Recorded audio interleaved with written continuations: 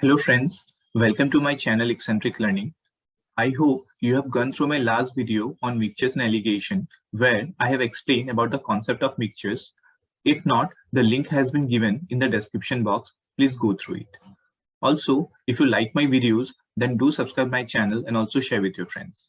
In today's video, we are going to learn about the principle of allegation and we'll be also doing some word problems based on this principle of allegation. So let us start with today's video.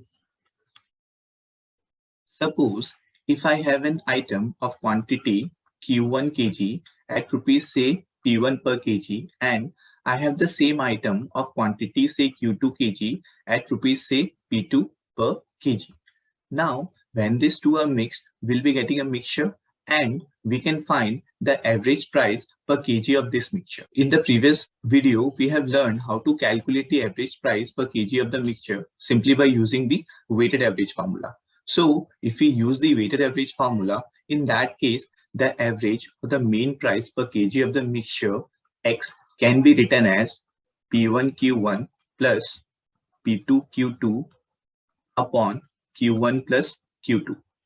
Now, when we rearrange this formula, it can be written as Q1 upon Q2 would be equal to P2 minus X upon X minus P1.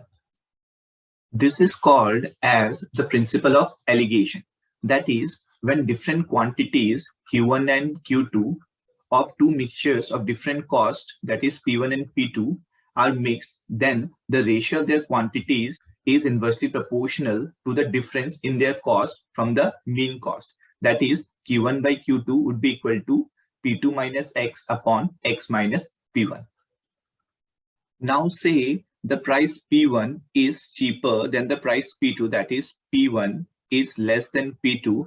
In that case, P1 is called as the cheaper price, P2 is called as the dearer price.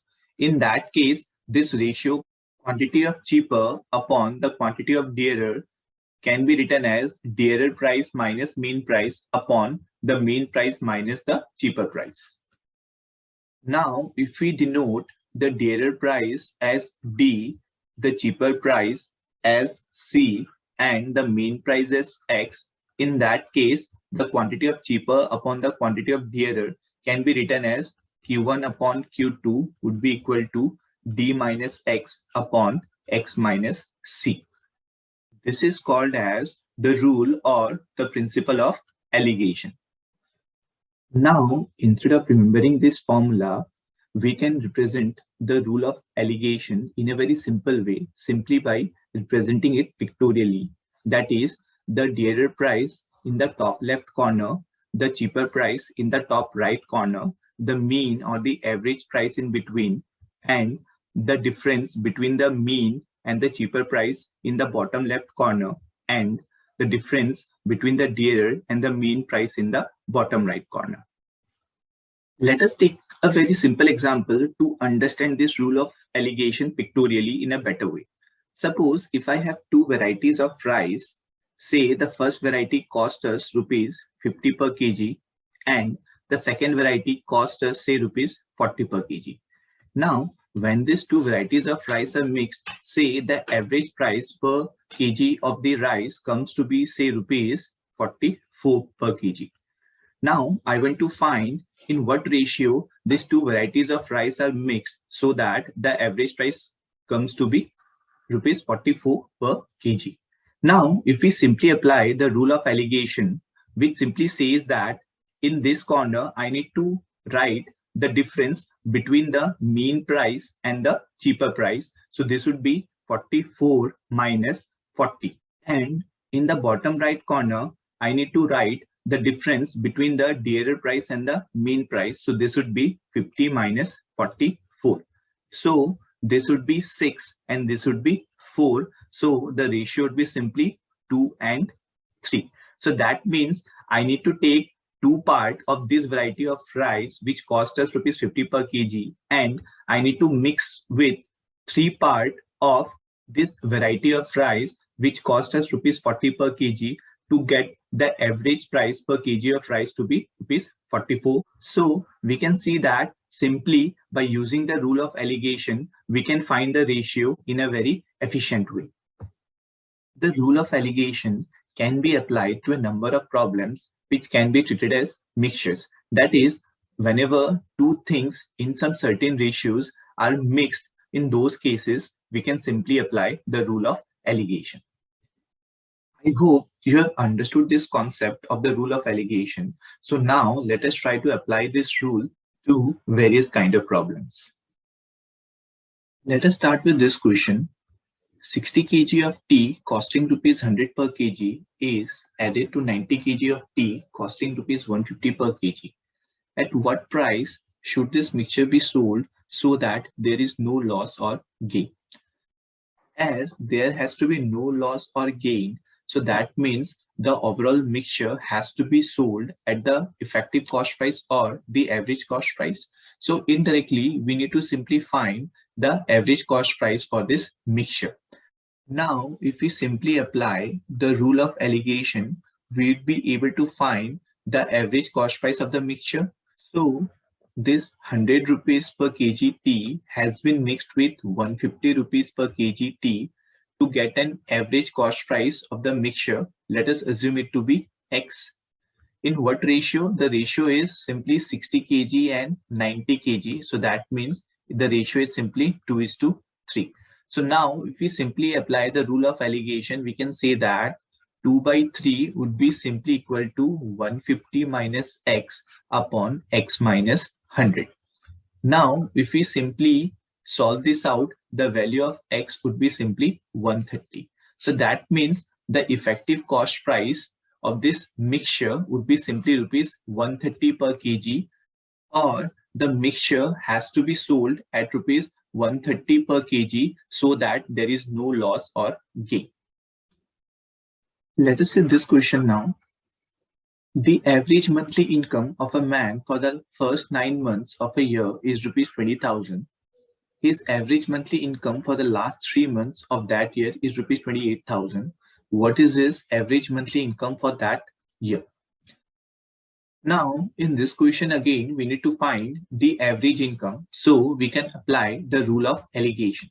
So here, this 20,000 for the first 9 months has been mixed with, we can say, with rupees 28,000 for the last 3 months of that year to get some average. Let us assume it to be X in the ratio of 9 and 3, that is 3:1. Now, if we apply the rule of alligation, we can say that 3/1 would be equal to 28,000 minus X upon X minus 20,000. Now, if you solve this out, we'll get the value of X to be simply 22,000.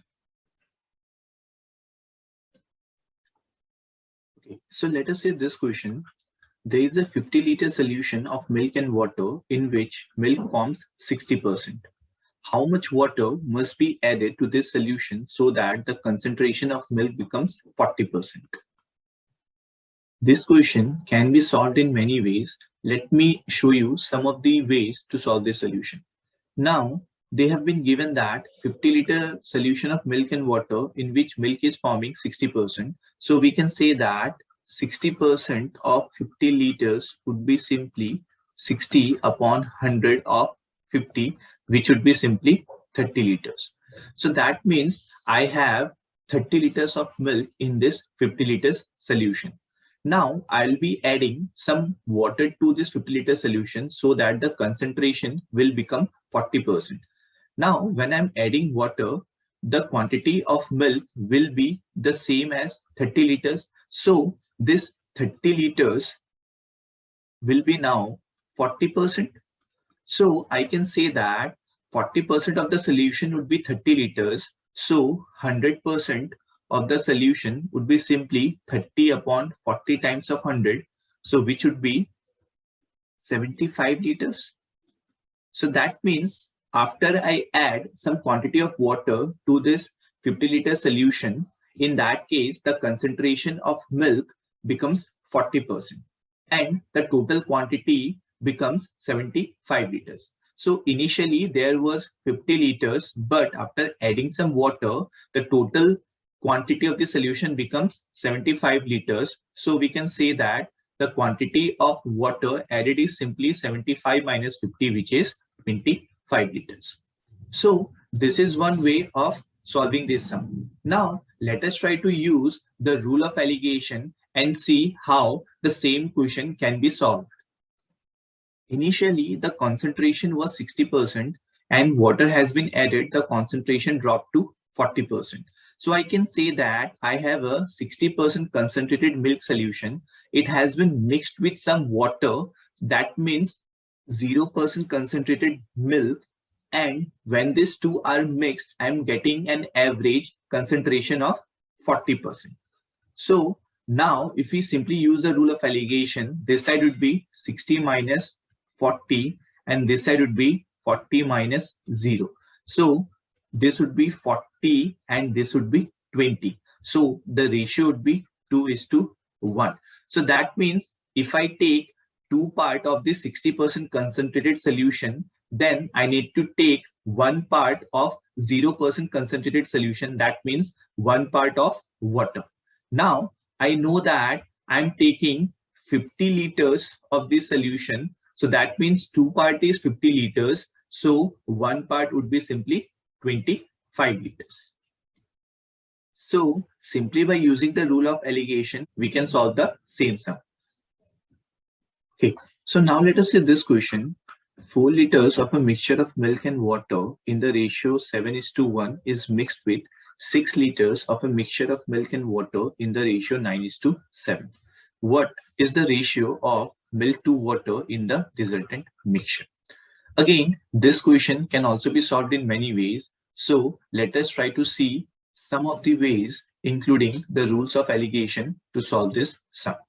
So we have 4 liters of the mixture in which milk and water are in the ratio of 7:1. So we can say that the quantity of milk would be simply 7/8 times of 4 liters. So that would be 7/2, which would be 3.5 liters.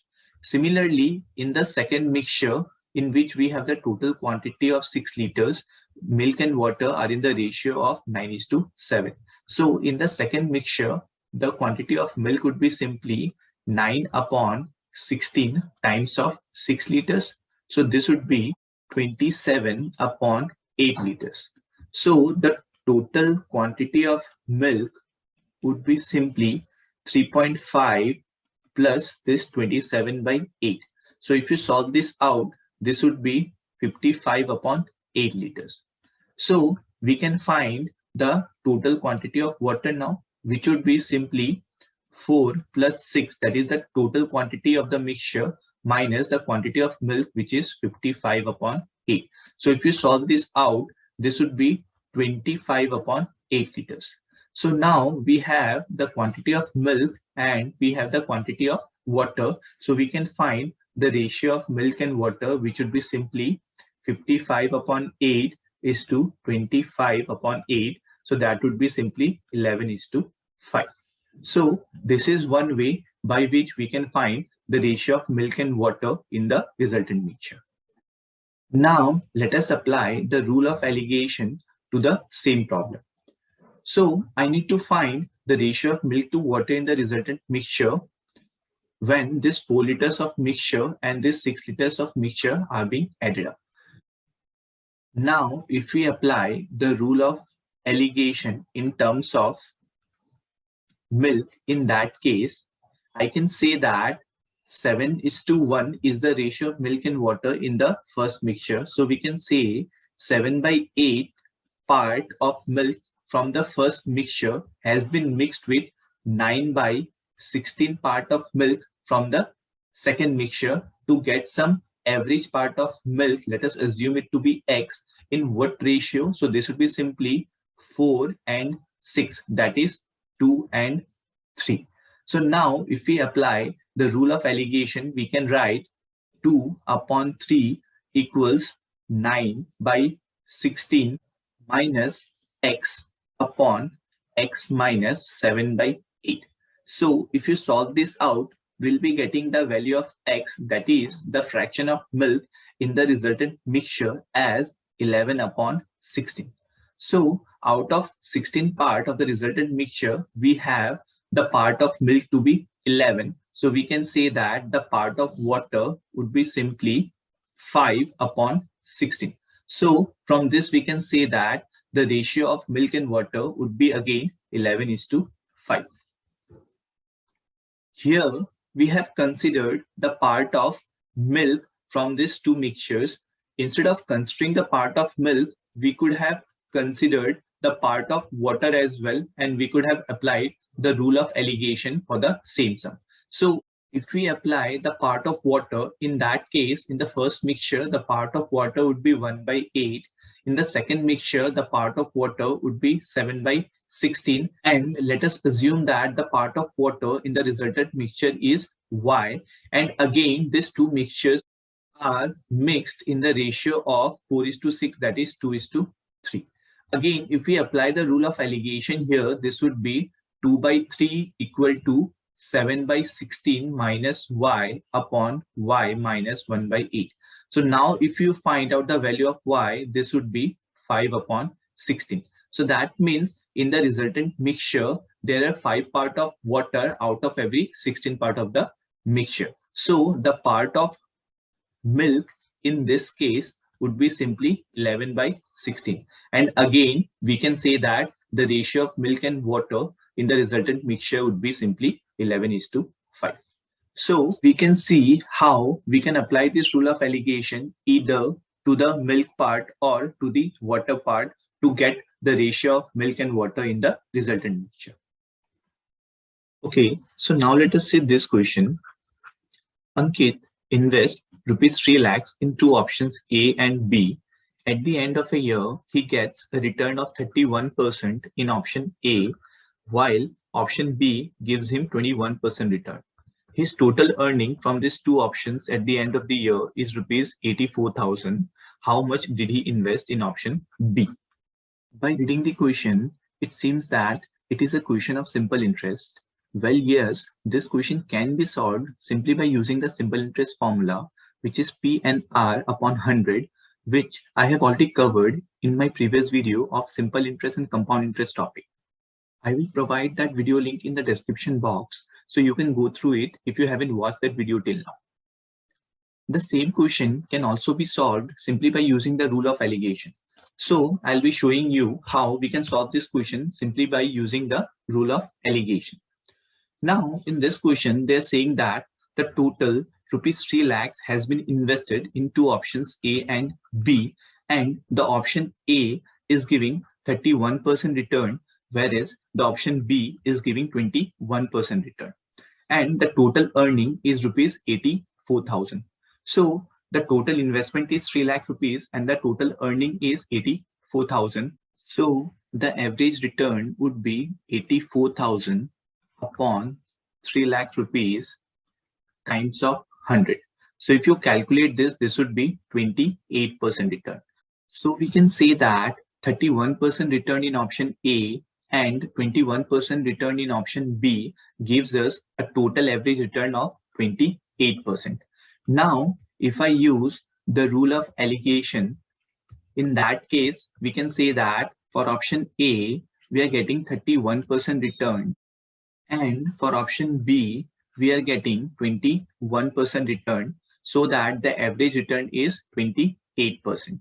Now, if we simply apply the rule of allegation, in this side, this would be 28 minus 21. And in this side, this would be 31 minus 28.